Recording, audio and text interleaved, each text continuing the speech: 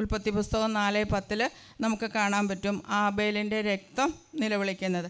കായലിനോട് ചോദിക്കുകയാണ് ദൈവം, നിന്റെ സഹോദരൻ എവിടെ? അപ്പോൾ അവൻ പറയുന്നുണ്ട്, ഞാൻ എൻ്റെ കാവൽക്കാരനാണോ, എൻ്റെ സഹോദരൻ്റെ കാവൽക്കാരനൊന്നും ഞാനല്ല, എനിക്കറിയില്ല എന്ന് പറഞ്ഞ് ഒഴിവൊഴി പറയുന്നുണ്ട്. ദൈവം വീണ്ടും പറയുകയാണ്, ആബേലിൻ്റെ രക്തം കിടന്ന് നിലവിളിക്കുന്നു, മണ്ണിൽ നിന്നും എന്നെ വിളിച്ച് കരയുന്നു. ആബേലിൻ്റെ രക്തം വിളിച്ച് കരയുന്നത് ദൈവം. അപ്പോൾ കായലിന് കാര്യം മനസ്സിലായി, ദൈവം എല്ലാം അറിഞ്ഞിട്ടാണ് എൻ്റെ അടുത്തേക്ക് വന്നിരിക്കുന്നത്, പൊളിച്ചു വയ്ക്കാനൊന്നും പറ്റില്ലെന്ന് മനസ്സിലായി.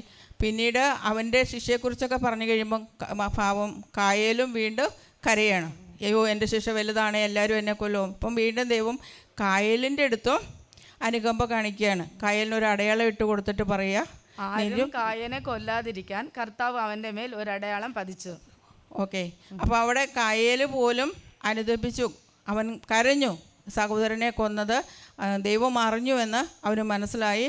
സഹോദരൻ്റെ രക്തത്തിൻ്റെ നിലവിളി ദൈവത്തിൻ്റെ ചെവിയിൽ എത്തുകയും ചെയ്തു.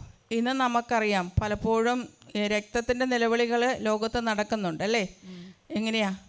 അബോർഷൻ വഴി അല്ലേ? അബോർഷനിലൂടെയും ഏറ്റവും അധികം ആരും അറിയില്ല എന്ന് വിചാരിച്ച് ചെയ്യുന്ന ഒരു കാര്യമാണ് അബോർഷൻ. പക്ഷേ ആ കുഞ്ഞിൻ്റെ വിളികളൊക്കെ തമ്പുരാൻ്റെ സന്നദ്ധിയിൽ എത്തുന്നുണ്ടെന്ന് നമുക്ക് ഓരോരുത്തർക്കും അറിയാം. കഴിഞ്ഞ ദിവസം ഞാൻ പറഞ്ഞതുപോലെ എസെക്കിയേൽ 9:4 നമുക്ക് അവർക്ക് വേണ്ടി ഇങ്ങനെ ഇതിനു വേണ്ടി ഒരുങ്ങുന്നവർക്ക് വേണ്ടിയിട്ടൊക്കെ കർത്താവിൻ്റെ മുമ്പിൽ മധ്യസ്ഥം വഹിച്ച് പ്രാർത്ഥിക്കാനായിട്ടും കൂടെ നമ്മൾ ഒരുങ്ങണം.